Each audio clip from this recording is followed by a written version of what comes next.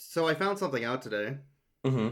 My sister's been doing some really weird things, right? So she can't walk across water, which is running water specifically. It's very Uh-huh. weird. She seems avert to sunlight. She has no reflection. She keeps trying to bite people. Oh, is she afraid of garlic too? Like Yeah, runs away and from it? garlic. Yeah. Yeah. I'm starting to think that she might be a Werewolf. werewolf. Yeah. Yeah. Yeah. Yeah. Yeah, You know that classic werewolf thing. Blah! I want to suck your blood. Blah! the classic werewolf. Yeah. Welcome to Rough Cuts. Dogs, they're coming. They're coming your way. They'll be here soon.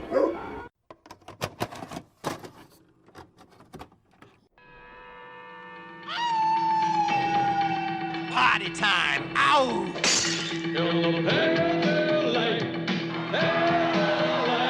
It's the rocking, shocking, new wave of horror.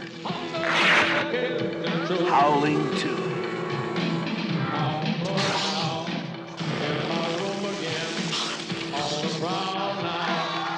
Your dreams again, howling.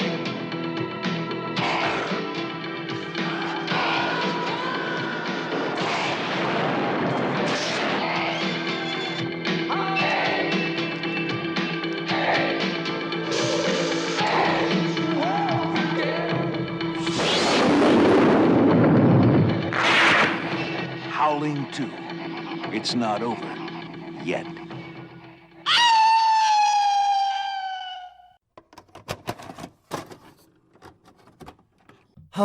Okay. I was a big fan of this movie. I think you were too. I can't imagine that you weren't. This movie is too good. You get Christopher Lee walking around the woods just monologuing. Perfect movie. This is, as I was gonna say, I love this movie, and I'm going to say that about 95% of that is just that Christopher Lee fucking rocks. Holy shit. Yes. Yes. Christopher Lee is incredible. He has a way of speaking where every time he's talking, you just get sucked in. Like, you go from sitting relaxed to, front of your seat, face forward, yeah, go on. Yeah, I'm in. He says this, this movie is full of the cheesiest, stupidest lines, and every single time that it's anybody but Christopher Lee reading them, it's like, God, this is dumb. And then Christopher Lee says it, and he's like, in the name of our Lord, I ban it. And you're like, oh, fuck, man, this rules. Every time, it just turns it on its head to have him say it. East and west. Bound be all ill wishers and those that practice violence against the bearer of this.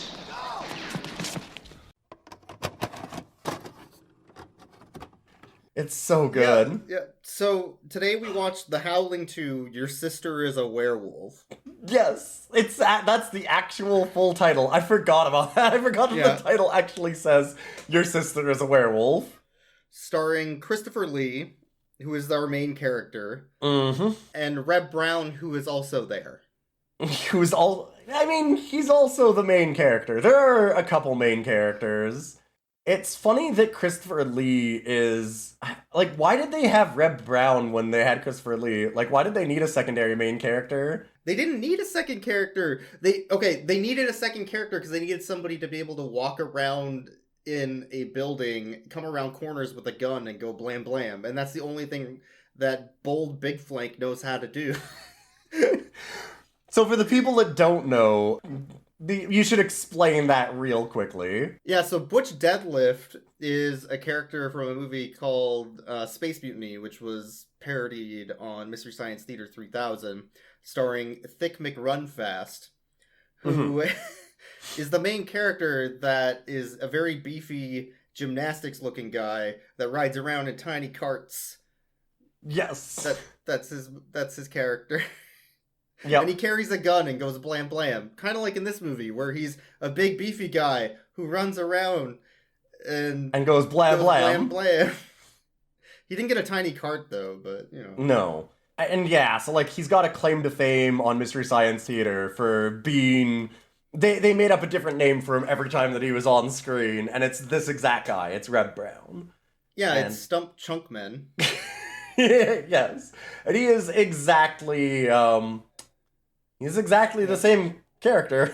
I understand. He is. I He now is. understand why they did that to him. There's not a lot of range, you could say, with no Rock McHardbody. So we went into the Howling 2 expecting absolute and utter boring trash with maybe a couple of good kill scenes, and instead we got classic Universal monster movie, specifically vampires mixed with werewolf lore. I was gonna say specifically vampires. It's not even mixed with Yeah. werewolf lore. It is just vampires, except that they just happen to be werewolves instead. Like they're just...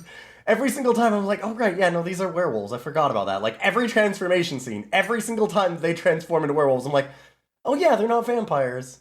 Like they even have bat motifs. Like they throw a toy bat at the one guy at one point and like impregnate him with the bat, I guess. It's gross as fuck and I love it.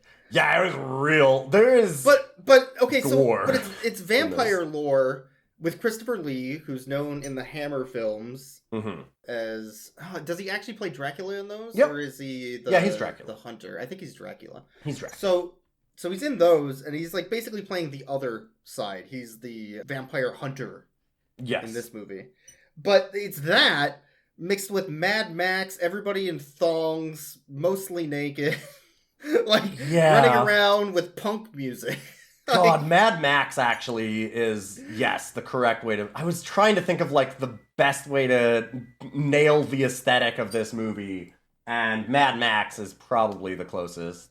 Oh, it's so good. But visually, this movie is full of atmosphere, classic horror, like spooky fog and long stretch shots of people walking around spooky hallways. There's skeletons and bats and webs, and it's like, not only that, it takes place near Halloween, if not on Halloween. I think it's near, like a couple days before, because at the end it's Halloween. Like, they were clearly trying to make a spooky atmosphere Halloween movie, and they goddamn succeeded. Which we didn't expect. We didn't know this was a Halloween movie. We picked a horror because it's near Halloween, but we didn't expect this movie to be Halloween. It's great. Like, it knows exactly what it's trying to do, and then it covers it in boobs. I mean, that was one of the things it was trying to do, to be fair. To just cover everything in breasts. Every scene, as many boobs as we can get. You might, dear listener, you might think we're joking. There's a lot of boobs in this movie. Like, it is not a small amount of boobs. It is not a medium amount of boobs. It is not a lot of boobs. It is the end of this movie. To give an idea, when they do the credits, they have a rock concert that they've been using as, like, interstitial stuff throughout the whole movie. They cut to that again. And on every, like, cymbal crash, there's, like, a very specific percussion note that every single time it happens, they have the main villainess rip open her shirt and expose both breasts towards the camera. And it's every cymbal crash in this song, so, like, 30 times through the end credits. I'm not even joking. It's gotta be at least, like, 24 through the end credits. They have her ripping open her shirt and exposing her two breasts to the whole screen. They literally put breasts on a beat. Every time. Oh my god. I can't believe that. That's incredible they decided to do that. What a move. Oh my god. Not showing this on MTV.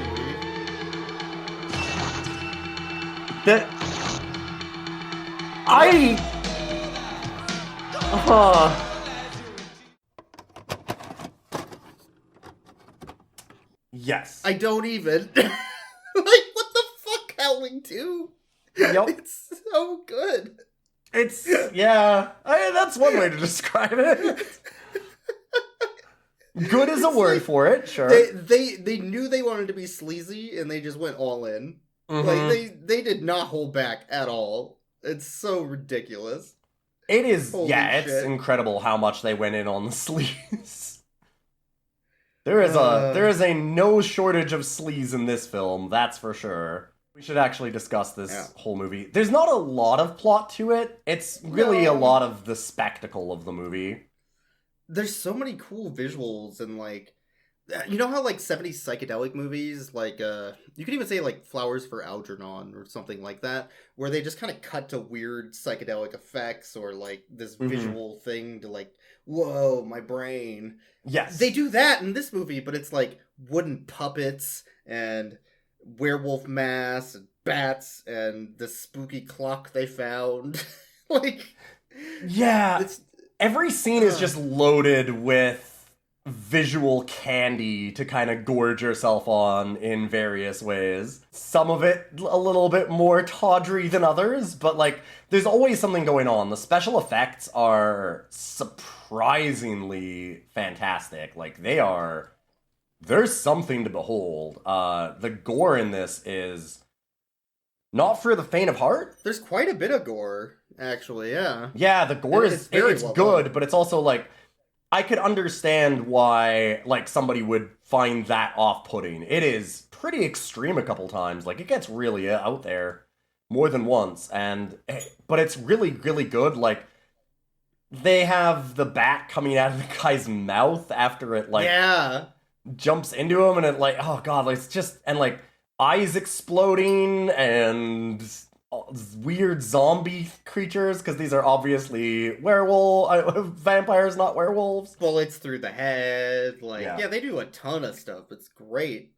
So the movie begins with a funeral as our character Blast Hard Cheese is there for the death of his sister. And there's also some werewolves that are not in werewolf form there as well, because they know that his sister is a werewolf, and I guess they're there to collect her at some point. Yeah, they're, I guess, adding her to their coven, or whatever it is. Their weird orgy cult.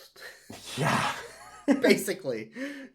So they're there, and also Stefan is there, which is Christopher Lee, who is telling Bolt Vanderhuge that his sister is possibly something, and hey, here's my card. I am a cult investigator. Come see me. And right away we see like a bunch of weird figures out in the woods too, that are like staring at this funeral and stuff, so you kind of know that Christopher Lee is probably right. Like there's obviously, they're very villainous looking, like it's kind of obvious that they're there to do something untoward, as it were.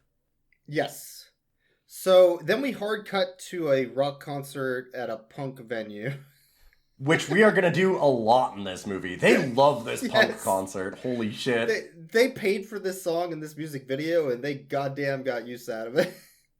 Yes. This song comes up as not just the end credits, but also like basically every single time that they need to do music in this film, it is the one song. Typically when they're like driving to go attack the werewolves or like trying to do something cool, this is like the cool action song. In the pale, pale light of the Moonglow. Like you will get very sick of that by the end of this if you don't like it. The good thing is like they use it a lot, and it's very much overused. Like I will absolutely say that. But it's not bad. Like the song's actually kind of okay. Like the band is pretty cool looking and it's pretty good. And so, like, it's not bad. Also, we should discuss, I'll let you have it, but Christopher Lee comes into this rock concert. Oh, yeah! About halfway at the beginning of it. And I need you to describe Christopher Lee going to this punk rock concert.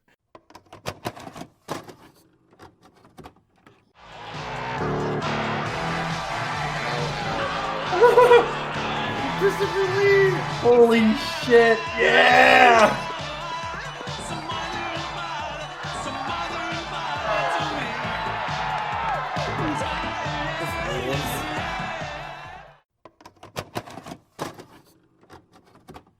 So Christopher Lee is dressed up as your actual dad. Like your dad's current fashion is Christopher Lee at this punk concert with people with mohawks and spikes and leather. And he just shows up in dad costume. Mm-hmm. They hand him a really cool pair of sunglasses. And he's like, oh, what the hell are these? Oh, I'll put them on. But, like, the sunglasses are, like, those 80s, like, very thin plastic... It's like a visor one. Yeah, they're like the weird cyberpunk visor goggles that they have sometimes. But he doesn't look cool. He still looks like my dad wearing visor glasses. It's really good. It's really, really good. And Christopher Lee is just blending right the fuck in.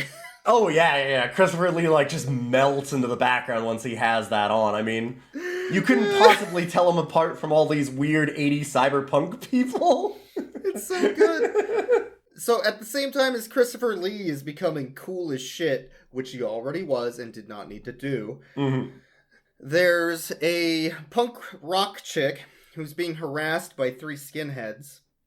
Yeah. Who are like, hey, you wanna have sex? Yeah, their pickup line with is my very... penis? That is their pickup line. Their pickup line is, hey, they go, like, do you want to be with us? And then he's like, no, she wouldn't want to be with trash. She might fuck us, though. That's their pickup line for her. Oh my god. And she's like, oh, these guys are awful.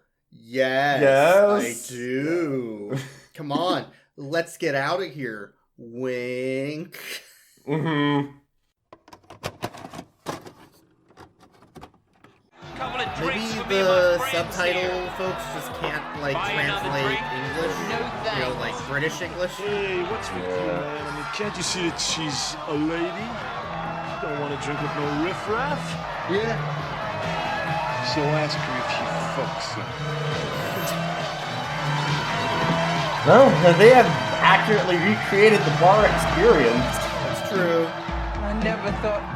Oh, she's gonna murder that guy. It's happening. Party time. Party time! All 3 of them.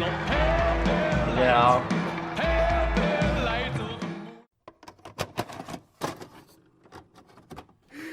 So she gets on a bike. She's like, hey, follow me and we'll have sex.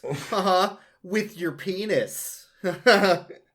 And so then, of course, they follow her to an abandoned warehouse. The place that most punk chicks want to have sex in. Not even that. It's the middle of the night. This concert's happening probably around midnight. And they ride their bikes, like 3 of them plus some girlfriend of one of the skinheads, all night. Literally all fucking night. Yeah, because, like, there's the sunrise. Yeah. To this abandoned warehouse where the chick's like, aha, now we're gonna have sex. Time for us to have the sex. It's the dumbest shit. It rules. I love how stupid it is.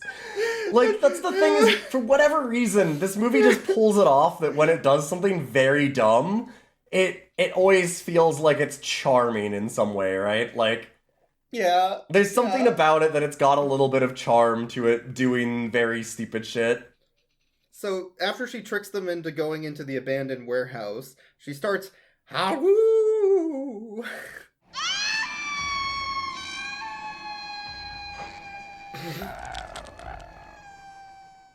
Yeah, she over howls again. All over the place. And we see that there's also a bunch of other werewolves there because she led them into a trap. Dun, Oh dun, dun. no! It was not for sex? Who would have known? So, oh my god. So, one of the biker skinheads goes off with his girlfriend to do the sex.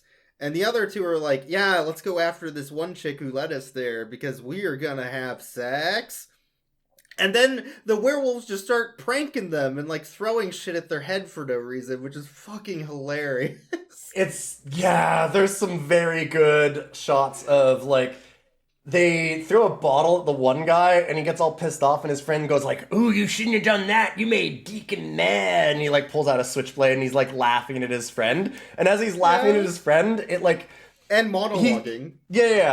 But his friend starts, like, going forward menacingly with this switchblade looking around, and he's in the background, and he's kind of going like, you made Deacon mad, and then you see like this like cardboard tube, it looks like, kind of like come flying in from the side, and just boom, nails the second guy in the middle of his monologue.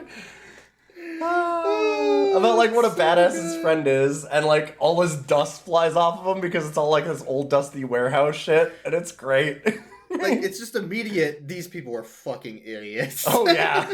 Yeah. I love it.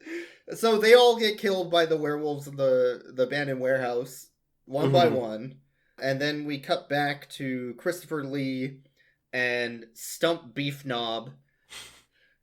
And I guess his girlfriend / reporter who's just there. Yeah. I guess. Yeah, she does a lot of just being there. It's kind of one of like this movie is very bare bones in a few different ways.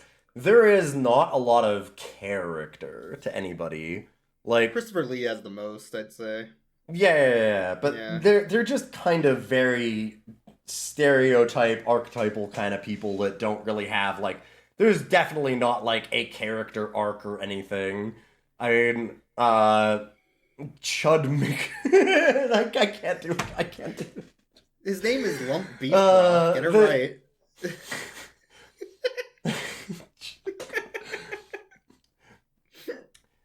Chud Beefcake here. There we go. His whole thing, like, about, like, I want to get my sister, like, my sister's a werewolf kind of thing. He never has any motivation beyond that. And even, like, his motivation for that even dries up almost immediately. Because we'll get into that. No motivation, no emotion. Yeah. No character, no acting. Classic crunch butt steak. Yes. So...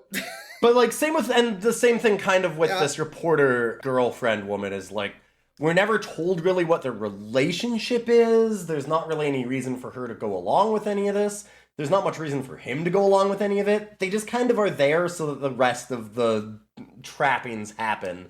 And it's certainly not great that it does that, but it just kind of is what it is, and I still enjoy it for, like, the rest of the stuff. It's really all about the visuals and stuff that go on with this rather than the actual characters, because there's very little of that. The writing's not good, but goddammit, they shot it well. Right? Yeah. It's kind of like that. Like, it's still an experience for whatever reason. It just works. So Christopher Lee is explaining to Reef Blastbody that his sister is a werewolf, and that werewolves really exist. See, look, I have this Betamax tape of a news recording that shows a person that turned into a werewolf getting shot by the news crew. Yeah. Who has guns. You say getting shot by the news crew, which makes it sound like that they were out and they found a werewolf and then shot it. No, it was during the recording. Yeah, they were. Yeah, it was the news reporter. Like, it was the newscaster in studio on set getting shot. Yeah, they were all packing heat in the newsroom. America. Yeah. and then at this point, what's his name? Big McLarge Huge says that he is sick of Christopher Lee's shit and he needs to stop. So Christopher's like, okay, that's fine. But there's also this other werewolf you need to watch out for. And then he pulls up a PowerPoint presentation and starts going slide by slide of pictures of this woman who is the punk rock chick that killed everybody in the abandoned warehouse.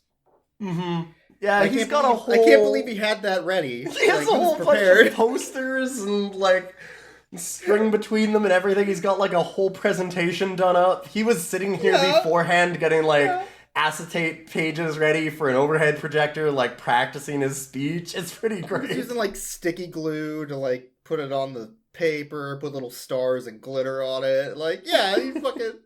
like, he was bringing this to a middle school presentation. Christopher Lee did arts and crafts before this meeting. What a legend.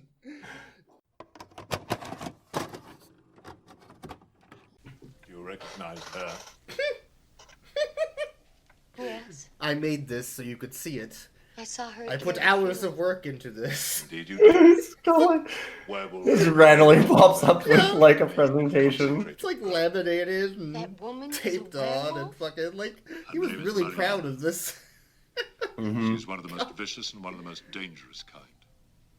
I don't Because even. she is immune. So Rip Slagcheek gets mad at him and pouts off. Mhm. Not angrily, just like, my sister.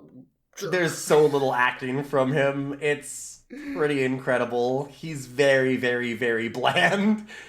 But he knows that Christopher Lee is going to go, like, stake his sister. Yeah, Right. Christopher Lee So that's the explains. kid. So, Yeah. in a pretty amazing little twist, I don't understand why they do this. So he goes, oh, like, she's an extra dangerous werewolf because she's immune. Silver bullets won't harm her. You have to use titanium. And it's like, wait, but, so it's the But same why? thing then? What? Like, that never becomes, like, a point other than, like, oh, I guess we just have to switch the metal? Like... Yeah, it doesn't matter. It's No. just, it's different. No, it's just, like, immune to one metal, but weak to a different one makes no difference, right? Like, it's... But he Yeah. explains that he's gonna stake... He has to stake her through the heart before she rises again from the dead. You know, like werewolves do. Like werewolves. And As the he demonstrates reporter by chick- staking her through the liver in a skeleton. Which is Yeah, not then he what shows is. on a skeleton, but he, like, stabs her basically in the hip, and it's like, Christopher Lee, good actor, bad at anatomy. Yep. And the reporter chick is there, and she goes, this all sounds very interesting, and kind of listens to him and tries to convince her boyfriend that this is going to be, oh no, you actually need to do this, like, this is very important. She's for sure turning into a werewolf, I 100% believe it, for some reason. Yeah, she believes it, but Hunk Manmeat doesn't. Yes. And it's just, But Hunk Manmeat is going to go to the graveyard anyways, because now he's decided, well, I'm going there anyways, because I'm going to fucking shoot Christopher Lee, that motherfucker. I'm gonna kill this son of a bitch. oh my god, Rev, no. Ben, where are you Don't... going? Christopher Lee is a legend. How dare you? How dare you? I can't believe that motherfucker's gonna stake my dead sister's corpse. I'm gonna kill him. Yeah, not call the police, not stop him. I'm just going to go there and murder the son of a bitch. Yeah, and reporters just like, I'll come too. Yeah, she's But I like, don't agree with it. I think that's a really bad idea. Let me help you.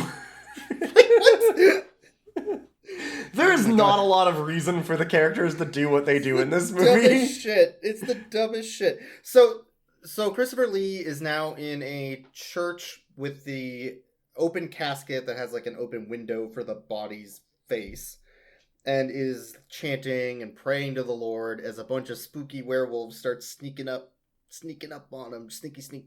Yeah, they're all creeping in. And in the meantime, our other two characters are out wandering through the woods. And this is where, like, it's so funny because last week we had a terrible movie that in describing it sounded amazing.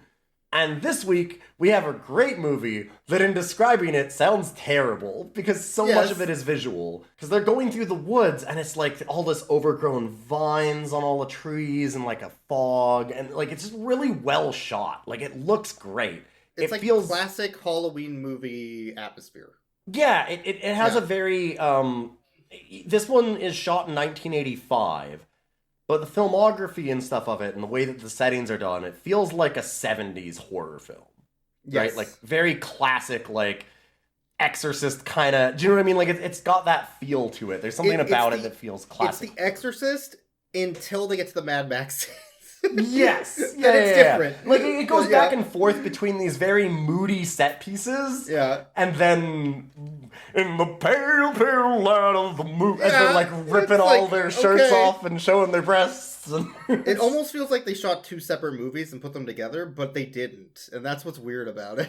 And it doesn't feel as disjointed as that sounds. No. It flows together Visually, well though. enough, Yeah. but it is a weird dichotomy of the two different things that are happening. Yeah, they get attacked by a werewolf and shoot it because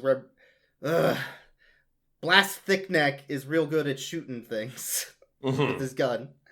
So So at that point, Christopher Lee gets attacked by all the werewolves, and gun shooty man comes in and goes, "Blam blam, I'm helping you." After his sister tried to kill Christopher Lee from the coffin. Yeah, because they distract Christopher Lee. He doesn't stake her, and then she starts like grabbing him out of the coffin, as werewolves do. Yep. So they slam like the coffin lid on top of her and leave her there. Yeah, they're like, "We're done with this now." At this point, as they're fighting the werewolves in the church, one of them gets away by jumping out a window? And they go they after throw him. The beef thickneck, as you said, grabs him and throws him out the window when he goes to attack Christopher Lee. And so they go after him to kill him. Mm-hmm. And the way they catch him is by throwing an extremely tiny net on him. And then Christopher Lee comes out like, "What the fuck are you doing?" and removes the net. It's so good. It's this really, really little net, and they like only throw it over his head. There's like this tiny little bit of netting on his head and like part of his arm. And it's like it's like that scene in Kung Pao where they throw a tiny net on him. He's like, "Tiny net." It's really good. It's over. It's the same scene. He could have worn that net as a hat. It's so little.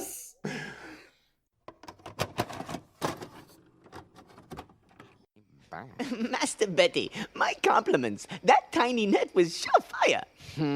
Yes, a tiny net is a death sentence. It's a net and it's tiny. Sure.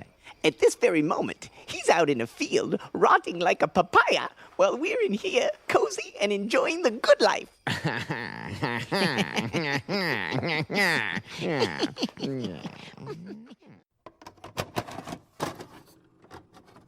So they, the werewolf tells them you need to go to the dark country. Dark country. Because that's where Sturba is, who is the evil vampire werewolf thing that they need to kill. Queen werewolf, yeah. Which we find out later is Christopher Lee's sister that was turned into a werewolf, which is why he's hunting them. Well, except that she's millennia old, supposedly.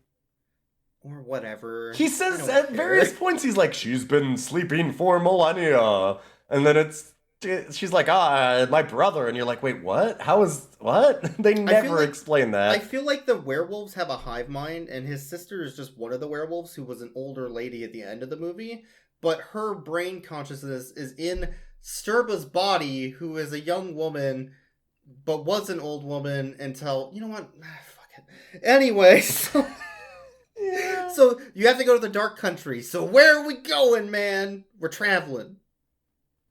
Transylvania. Yeah, the dark country. I love that you called it. You're like, wait, is the dark country going to be Transylvania? And yes, very next scene, across the screen in big letters, Transylvania. I love it. When do we leave? Immediately. Are they going to Transylvania? Is that what they're trying to say? Maybe? I don't know what the dark country is. Dark country. What does that skeleton have to do with anything? I'm right! You're right! God damn it. This movie rules. Okay. This movie just keeps getting better. This movie fucking rules.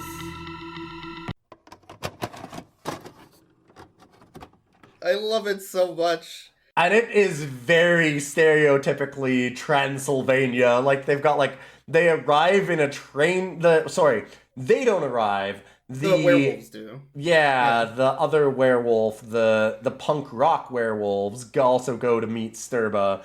And they arrive by train, like, to this old train station in, like, this thick German wood. Like they rode on the Polar Express to fucking Transylvania. Yeah, it's very, very good imagery. We did get to see a very good dog, though. There was a very good boy in that. There is in fact a awesome German Shepherd that's just sitting on the tracks. Well, not on the tracks, on the platform. On the platform, yeah. On the platform, waiting for the train to come in, as good dogs do. Meanwhile, Lump Beefaroni and Reporter Chick and Christopher Lee are driving in a car along a dirt road to the same village, which has both a train and an airport. And along the way, they find a literal village of people standing in the road with one older babushka on the ground bleeding and a car like off the side of the road next to her. So they stop. They're like, hey, what happened? Oh, she drove off the road and is dying. It's the worst thing. Oh no, we need to get doctor. We don't have one. There's 40 of them standing there. Yeah, there's 40 No of them. joke. So reporter woman starts walking towards the woman. She's like, oh, I think she's trying to say something. And then all 40 of them like, we're leaving now. Yeah, they just say, oh, thank you for the help, and turn around and just wander into the woods. And very slowly, there's no urgency about this at all. It is the most pathetic trap of all time. It's and so bad. And they fell thus, for of it. course, Chud falls for it. Yes. Instantly. So the babushka starts turning into a werewolf, and then Christopher's like, oh, a werewolf. Time to stake her. Steak. Well, that trap was done with. All right, I'm gonna walk to town now. You guys drive. Yeah, he goes. I Thanks, need to get to town ahead of you. I'll meet you there. And then he walks off into the woods as they take the car, which is obviously much slower than Christopher Lee. Christopher Lee's too fucking cool in this movie. I don't even. He walks faster than the car can drive. Yes. He, power walks there. Because he's Christopher Lee. Stefan, please. Stefan, where are you going? Why are you leaving? I'm going to the village. I will see you there later. Come back once you've had acting lessons. Don't just walk away. There's a car, Christopher Lee. You can drive. Yeah. All right.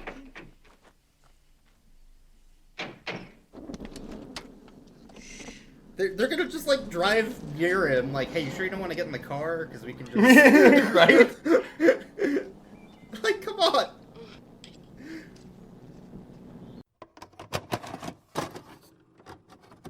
God, what a legend. Fucking legend. It's such a stupid thing. It's so dumb. Later on, you were like, wait, why did he get out of the car and walk here? I'm like, because he needed to get there faster, duh. It's obvious. God damn it. That's literally the reason. The movie never explains it, but that's the reason. How are we gonna do that? Let's just have them split up. Yeah. Okay, yeah. That's as far as they got. That's as far as they got. Yes. And it's so cool. I feel like it might have been Christopher Lee who just wasn't feeling it that day and was like, I'm gonna go back to my trailer. It's like, I'm done now. So, okay. The other two drive into the Transylvanian village with, classic Romania architecture and clothing and dancing and music. Mm-hmm. And they find the hotel, which you can tell is labeled hotel. He goes, specifically as they're coming in, he tells her, so if we get split up, make sure that we meet back at the Holiday Inn. Yeah. It was a really weird product placement, but... The Holiday Inn. Yeah. Yeah, and then they started playing at the Holiday Inn. Yeah, I don't know how they got the brief song, sting of it. But yeah, it was weird. So after they check into the Holiday Inn, they get a key for room 666. Yes. And they're like, but this place doesn't even look like it has 6 floors. And then literally everybody in the hotel was like, yes, that is weird, huh? Yeah, they all do weird maniacal laughs.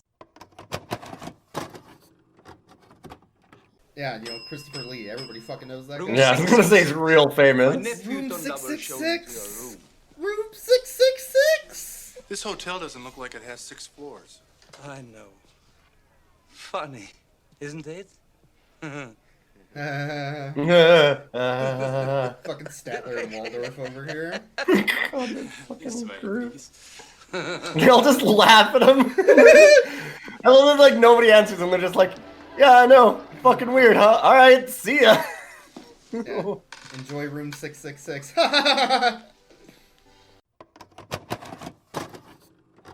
It's so good. and our couple is just like, huh, Huh, And then goes to their room. Sounds good. See you guys later. Why did they go to their room? To record on their 5-pack of cassette tapes that was left on their table for them to record with by hotel staff. And yeah, I'm sure that totally seemed like some extra left that in the scene by accident. Because it's definitely VHS cassette, like it's VHS tapes for them to do like movie recordings on. So somebody went and bought more VHS tapes and left them there by accident. It's either a tape for their camera or it's an actual like audio tape that they were using to record audio. Mm-hmm. But it's so obvious. It just says 5-pack and it's there with a bunch of random cassettes and I don't know why. And I love it. And after that they have sex with a diamond wipe. And then we're done with that scene, I guess. Sure. Yep. But Reb keeps his fucking pants on for that scene. He is not taking his pants off for this movie. No. At all. That's reserved for all the women, Boyks. All the women. Yeah. Crud Bone Meal will not have sex with his pants off. Absolutely not. I mean, to be fair, I didn't want that, so... I didn't want a lot of the nudity in this. No, we didn't get that nudity, but we sure got a lot of Mickey from Pee-wee's Big Adventure nudity. You know those little do not remove under the penalty of law labels they put on mattresses? Yeah.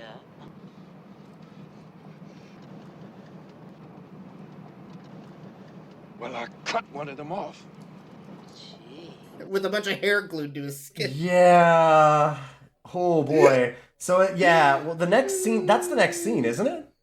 Or it's just before this. It's just before this. It's in between this. Because I was just saying... There's another sex scene, like before this, I think, Yeah, there's one before this where it shows the American werewolf show up, and the Sturba has her big ceremony. So at the same time they're arriving at the hotel, this is happening. And there's this, like, old crone who's doing all this demonic chanting, and they've got all these candles around, and this massive old...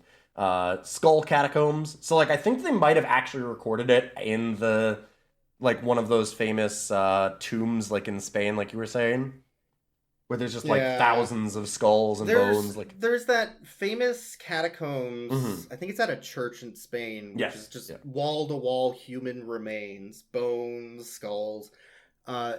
It's a very classic place to shoot classic horror movies. Yeah, or at least to do your set like places. What that is. And it's very much done that way. So they use this sacred bone catacomb to tie a naked woman up on a cross and put another one in a cage. Yes.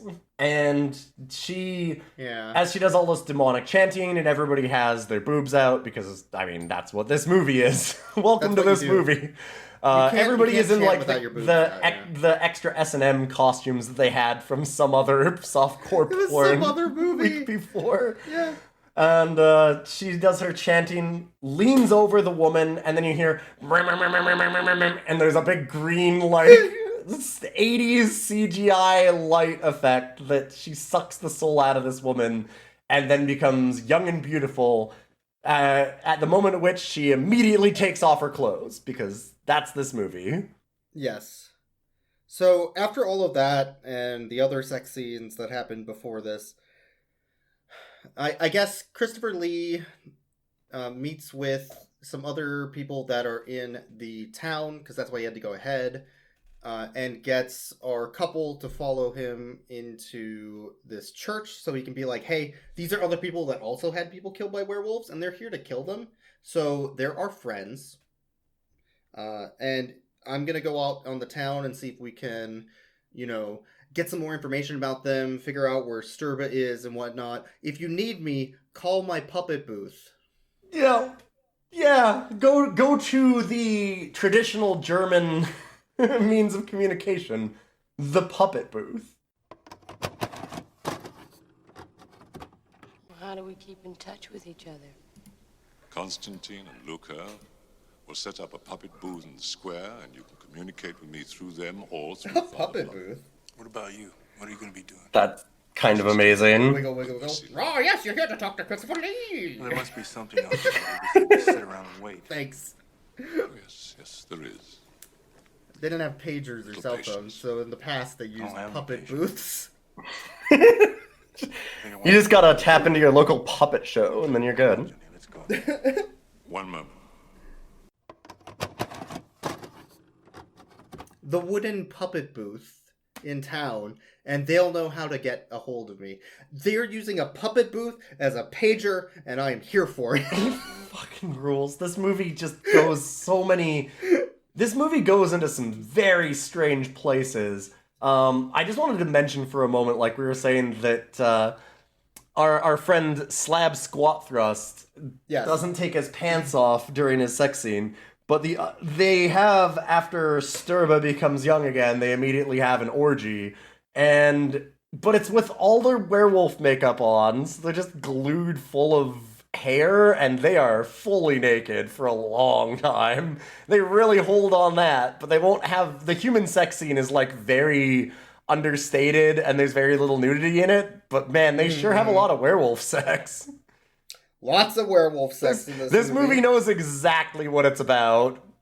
So after the puppet booth, which is like a neat little wooden puppet scene about the wolf in sheep's clothing story, which definitely has no relevance to the plot of werewolves killing people, we go back to another night has passed.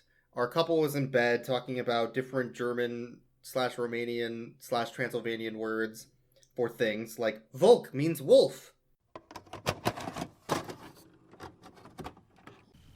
Look, Ben, Volk, V-L-K, in the regional language translates to wolf. Vaklava means the place where wolves live. And right here it says Volkswagen, which is the car werewolves drive. Which is the car that wolves drive, yeah.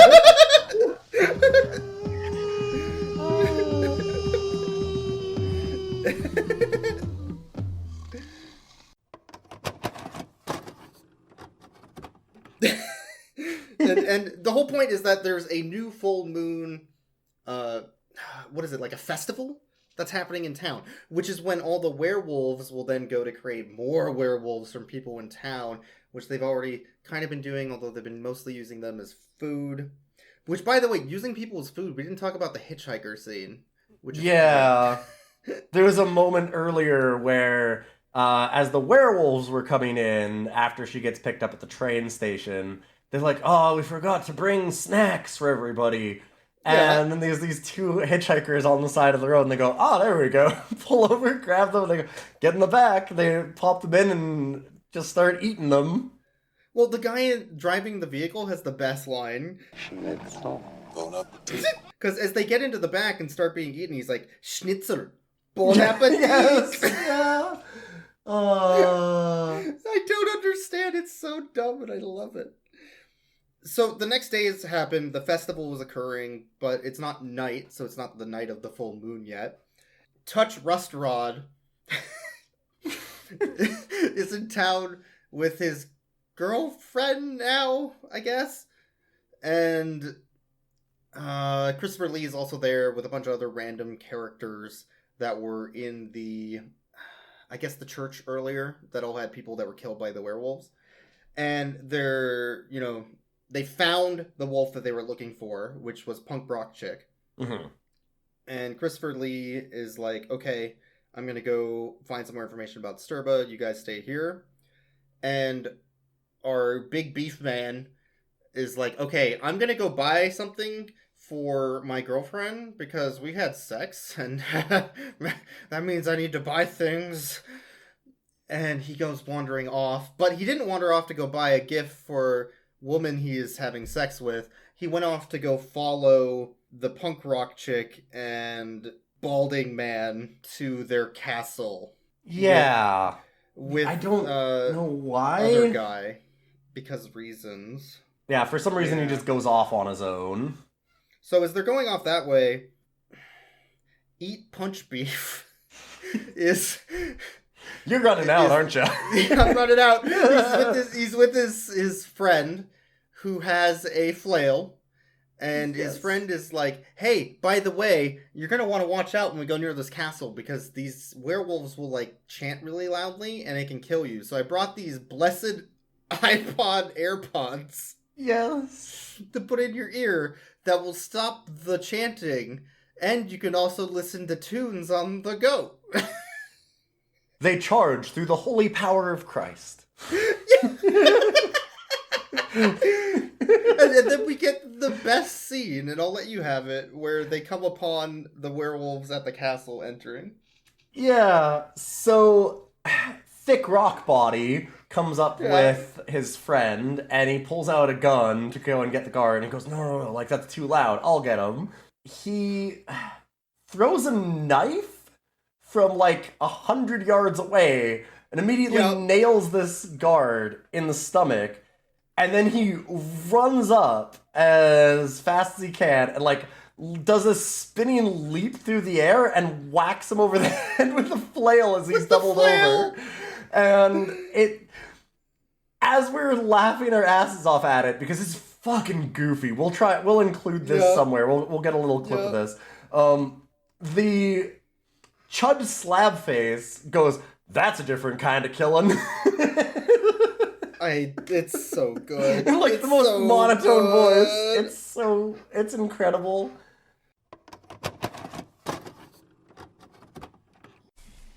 Rock and roll. Rock and roll, motherfucker! I can't believe in order to get AirPods that actually charge, you have to bless them first. He just fucking threw a knife at the guy. Yeah. Reb is doing absolutely shit all. Yes! Yes! There. Oh yes! My god! Definitely a new kill technique. Yes! Fuck yeah! Alright, that's again.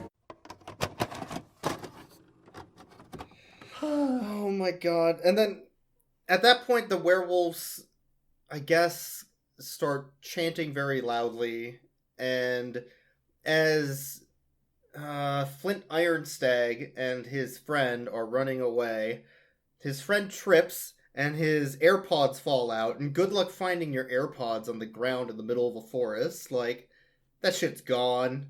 Yeah. You're never gonna find them again. So his friend's like, just go! Just leave me! I'll listen to this song. It'll be fine. And then his eyes blow out of his fucking head. Yeah.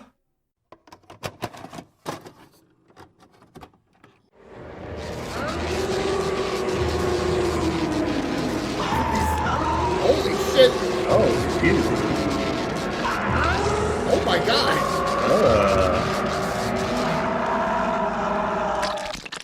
Holy fuck! Oh! That was like some Tom Savini shit. Jesus! In very graphic fashion. It's great. Yeah, very, very tight close-up of his eyes exploding. Yeah. And at the same time, they capture reporter lady, because she was also going after to try and look for her big man meat who ran off. And they capture her and lock her in the skull dungeon with the other girls. Okay. Yeah. So then they tie her up and, well, no, that's not, she was out with, another one of the guys that was... Their guide, yeah. Yeah, she was with a guide that Christopher Lee had vouched for, but he actually turns out to be a werewolf and goes to attack her. The other werewolves actually grab him and are like, no, we're saving her for later, kind of thing, and then they have to chain her up. Why are we saving her for later? For plot. I don't know. That's literally it. It was just like, we're saving her for later for the plot reasons.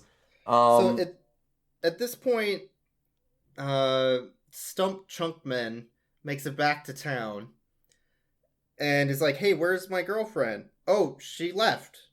Okay. And Christopher Lee has been led astray by a small child who had her necklace that he gave them to protect them.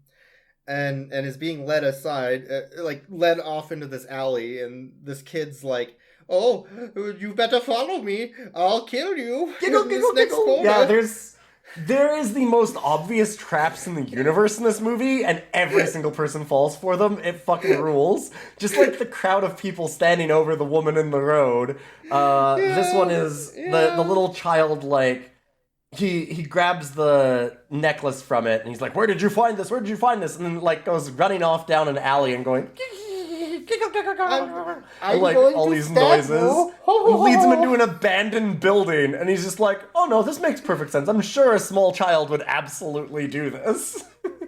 And it turns out it was their friend who had turned evil and then stabs him. Yeah, the one with his eyes blown out manages to cut Christopher Lee on the arm. At the same time, Granite Fridgebody runs into the room and throws him out the window, and we now get another second death scene for the same person that already has his eyes blown out, and he falls onto like a black iron fence, like that's all spikes. It's a small cement circle surrounded in like a fence of spikes around it for literally no reason other than for impaling people out of this window. Yeah, if you get defenestrated, you're also getting eviscerated. Okay, so now at this point, they're like, okay, we need to go after Sturba and kill them all, so let's get our crew and let's go. And then we hard cut to a fucking orgy. And it is very explicit, like, in many ways. And there's a guy holding up a boombox playing music. Not playing any music. Specifically, in the pale, pale light of the moon. It's the same song. Pale light of the moon. And they keep on cutting back to the rock concert from the beginning. Like, they just have random footage from the rock concert, and then this orgy back and forth, over and over and over.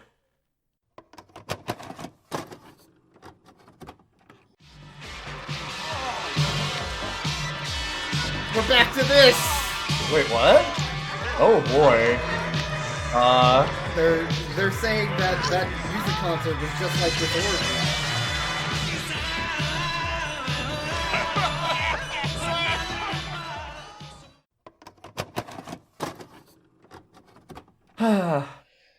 There's a really long orgy scene, huh? Yeah, oh, yes, there certainly is. And as they start to show up, she goes, we're being interrupted kind of thing. And you hear, like, record scratch. They do a full record scratch, like, and the guy on the boombox just stops it. Because we thought they were just playing music over the scene.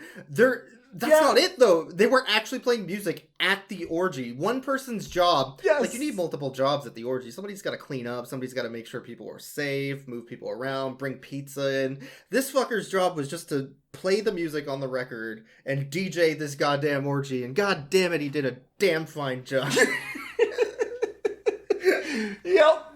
Yeah, you've got to have all the different roles. And sometimes you're just on boombox duty. Man. And that's not as dirty as it sounds. That's like being a designated driver. You gotta have the DD at the orgy. Oh my god. Okay, so who's gonna drive home safe, Boyks? It's not going to be anybody that's on the orgy. No, it's not anybody side. in the orgy for sure. Oh my god. Okay, so at this point, the werewolves all leave the castle and go after the crew that is coming to kill them. They start picking them off one by one. One of them, which I called, came out of a literal hole in the ground. Well, I called it too. It wasn't exactly that. Hold up. You're trying to make this sound like you guessed it super hard. They kept on showing like 4 or 5 shots of their feet on the ground over and over. It was not hard to guess. It's still ruled, though, because he comes out of a pit in the ground for no reason. He's just like, blah, I'm in the ground. To which... so he grabs somebody, and instead of trying to save their friend, what Christopher Lee does a little chant and throws the fucking holy hand grenade of Antioch into the hole and blows them both up. Just this fountain of fucking fire and blood and just doesn't give a shit about any of their friends at all. He's just like, oh, well, he's dead, alright. He's like, no, I'm just being held lightly, please. Oh no, they've grappled me. Well, fucking blow them up. Yeah. No, but I'm just held. Like, just get him to let me go. Nope, I guess he's already dead. Alright, time to blow him up. After they're down to Christopher Lee, blast chest hair, and the father, the priest. Christopher's like, okay, there's no other way to do this. They picked us all off one by one. The only way to continue from this point forward, let's split up, gang. Yeah, well, I mean, they've gotten so many of us, our numbers are so Zoink, dwindled, we'll have to dwindle them more. Zoink, Scoob! The only solution to our numbers being dwindled is to dwindle our numbers further. So they split up. Christopher Lee goes after Sturba, and I guess the priest goes after Sturba too? Yes. On his own? The priest is faster. Yeah, and Buff Drink-A-Lot goes after his girlfriend.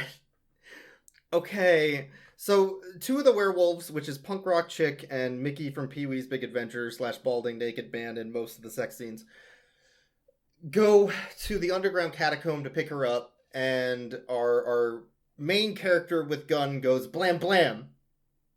Yeah, he just shoots and stabs them, just like right away. Yeah, he's like, oh. There's not much of a fight scene here. He just shoots the one guy and then stabs the werewolf chick. Vlad, who is, as you said, Mickey from Pee-wee Herman, is weirdly, like, transforming into his werewolf form, which I guess they don't want. And he's, I don't really get what that was about. Yeah, he's having weird spasms and stuff, so they get caught unawares, and he shoots and stabs them, and then cuts her down and starts running out with her, covered in gore. In the meantime, Priest has found Sturba, and we should mention what Sturba's dressed in here at this moment. It's so weird. Her dress in this, like the costuming in this movie, is one of the things that makes it so good. Like, there's so much visual going on that we can't fully describe how awesome this movie is and why it's good.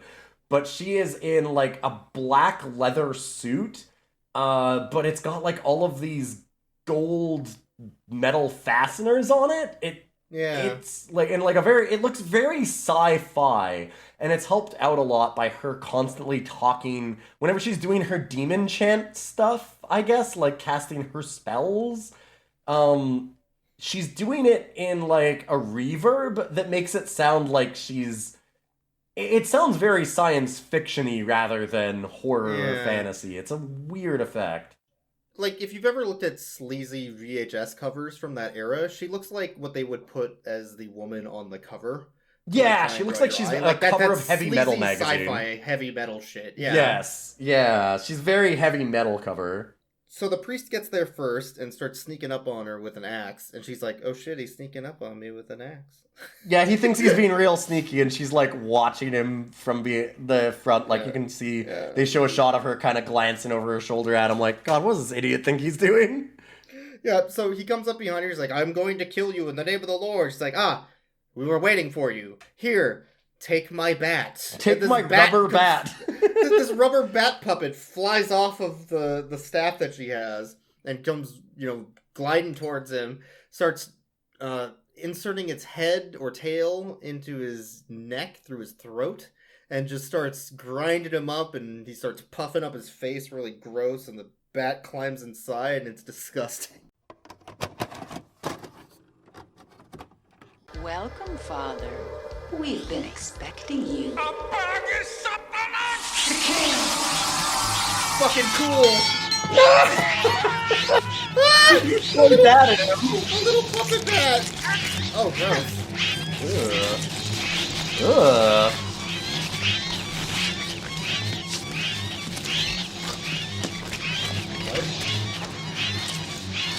Ugh.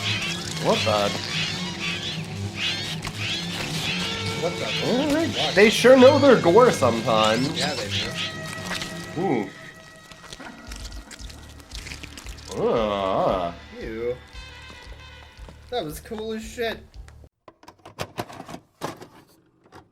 And his eyes roll back and blood gushes out, and it's gross as shit. There is a lot of gore in this movie, as we might have mentioned, and I want to mention, though, that, like, a lot of the time in these old B-movie horror movies and stuff like this, especially, you can kind of tell, like, they'll do, like, the head explosion, and it's always, like, a cake, right? And that looks like the person's head. Like, a cake is a big one, things like that, and it's pretty obvious most of the time.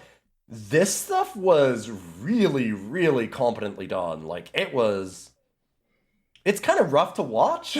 Like, I'm not normally done in by gore at all, but like this stuff looks very realistic in a way that most of that stuff doesn't. It's very, very surprising. So Stefan goes to meet Sturba after that, and our other two characters, Splint Chesty, we'll go with that, goes leaves with his reporter girlfriend. He's like, I'm fucking out of here. I don't give a shit. So Stefan is there with Sturba, and they're having a conversation while her Technicolor dream code is going off in the background. Yeah, they've got all the, like we said, like that 80s, like CGI kind of, I mean, it's not CGI, but like the added effects that they do of weird light stuff where it's just like light flashes and she's got like electricity kind of all around her and all these weird red and yellow lights. She's got like a laser light show going on all around her all the time. It's very psychedelic, yes, is what it is. And she's hypnotizing Stefan / Christopher Lee to be like, come near me. Yes, let's all join the coven together. You never could resist me, brother. You too will be a werewolf. And Stefan's like slowly, casually walking up to her. Yeah, he acts like he's enchanted kind of thing. Yeah, and she's like, yes, now we'll be one forever. Fuck you. Just stabs her in the gut. It's fucking... In the name of the Lord, you're fucking dead. I did it. Stefan is real stabby in this movie. He just stabs everybody. There's like 7 different stabbings that Christopher Lee does.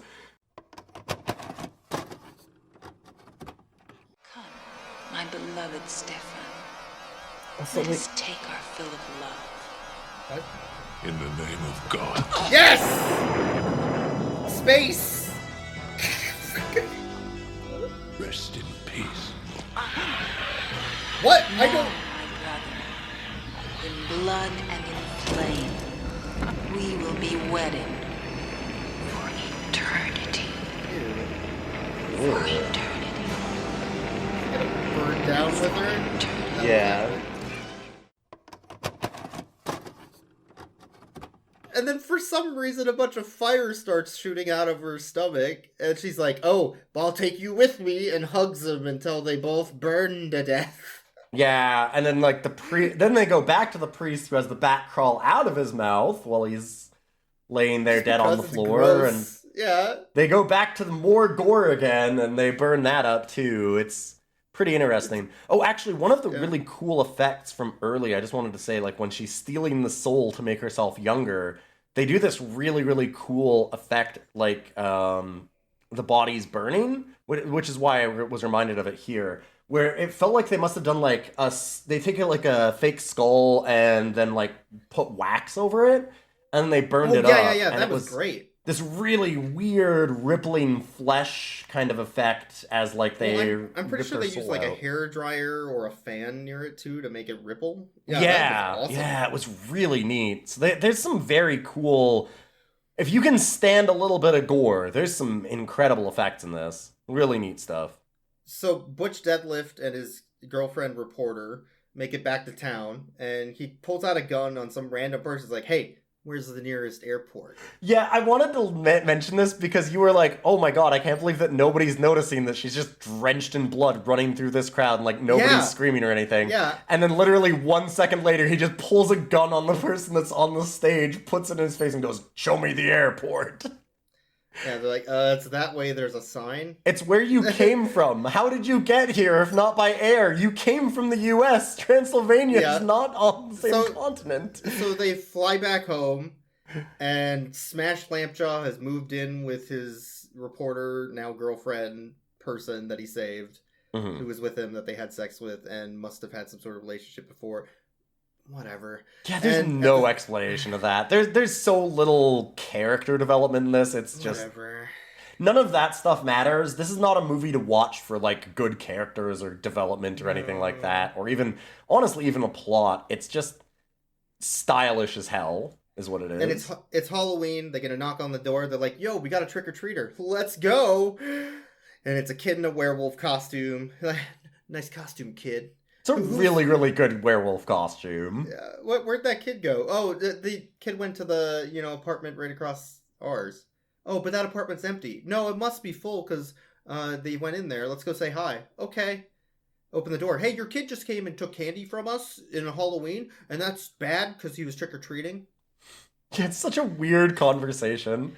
And the guy's at the door, he's like, no, I don't have a kid, and there's definitely nobody else in this apartment because I'd have to pay more rent, and that would be awful. Haha, hey, would you like to come in? Don't say shit or I'll fucking...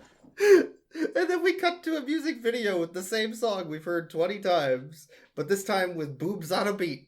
Yeah, we cut to the credits, which is just, like you said, boobs on a beat. Every single time that they have that one specific beat happen, she rips open her shirt from one of the scenes from earlier and shows off all of her breasts. Yep, sure does. What a movie. This thing's a ride.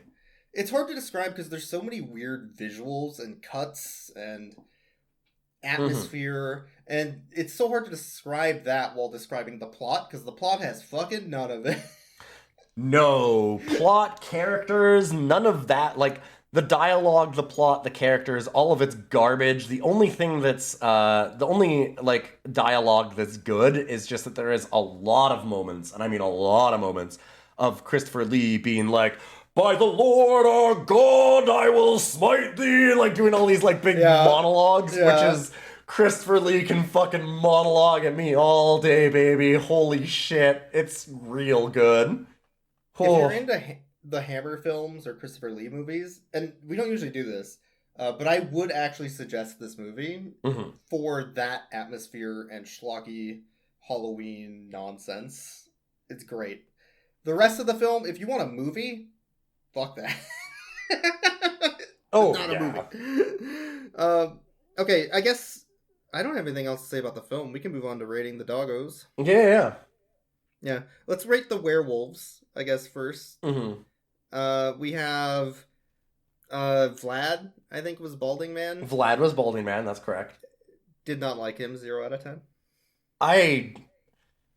Hairy ass. It's just like lots of hairy ass. All I can see is a extremely hairy ass with a weird glued on tail and extra glued on hair to make it even hairier. And that I can't remember his face, but that ass will haunt me forever. Ass will be there forever. There's a lot of like full moon in werewolf movies normally, but I didn't expect that full moon. So you would rate him a haunting ass out of 10? Yes, full moon. All right, punk rock chick. I would rate her as epic prankster out of 10. God, the early pranks that she does is so good. I loved her character in some ways, just that like they kind of had the classic, like they get the revenge on these horrible assholes that were trying to pick up women in the bar in the worst possible way. There's also Sturba. There's Sturba. Doesn't actually ever turn into a werewolf in this movie, so I don't think she counts. I'm gonna say she's a werewolf in the orgy. Oh yeah, she's absolutely a werewolf in the orgy. Yeah, you're right. Yeah. No, I'm giving her a boob beat out of 10. Boy, we sure do get a boob beat. That's true. Boobs on a beat. That's fair. Lastly, we have Train Station Dog. Yes, Train Station Dog is faithfully waiting for its master. 13 out of 10, best boy, obviously. Train Station Dog not only redeemed this film, but redeemed anything that this film would have been bad, like would have counted as bad and against it, because Train Station Dog lit up my life. That's a 12 out of 10. We have one more dog to mention. There's Beef McGranitcorn. What do we rate him? Oh, you mean Dirt Hardpecs? Yeah. Meet Huge Body. He has very golden retriever energy. God. That's the best I can say about him. Yeah.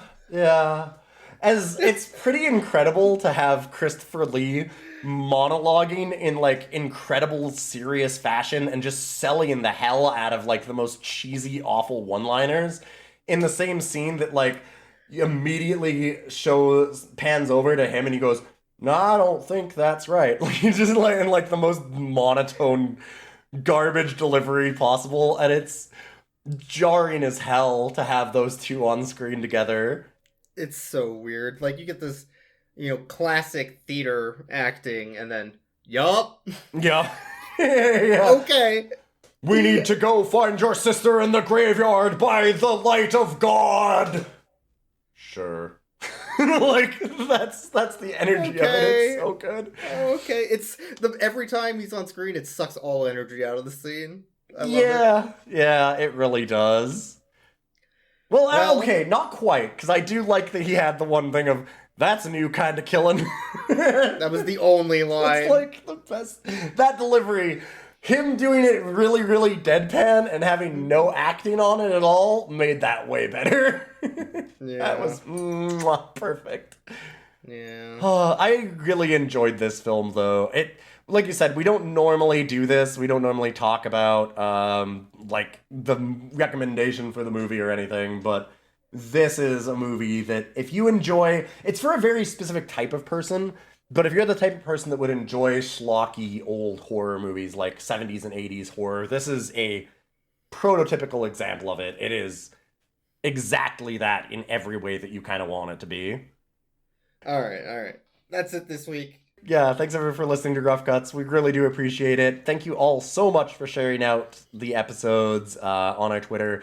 We have Rough Cuts Cast on Twitter, and you can also send in any suggestions for movies, or we've actually gotten some fan art a couple times. You can send it to roughcutscast@gmail.com if you have any questions or recommendations or things to suggest. We certainly would love to hear from you, and it means a lot that everybody's been sharing this out a lot. We've crossed over 5,000 downloads, and yeah, this has just been a blast to do. We didn't think that we would necessarily have this long to do dog movies, but there's kind of no end in sight, honestly. Every single time that we think that we've plumbed the depths, the new dog movie gets recommended on your Amazon recommendations that are totally ruined. It keeps happening. Well, if you need to get a hold of me, make sure to hit me up on my puppet booth. Yeah. All right, I'll do that next time. All right. Yep. Check out our puppet booth later. He's fucking wild. They keep that is amusing. Oh my god. Boobs is an instrument. They use boobs as an instrument. Boobs.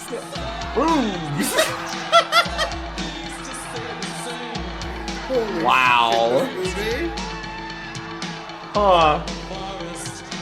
I mean...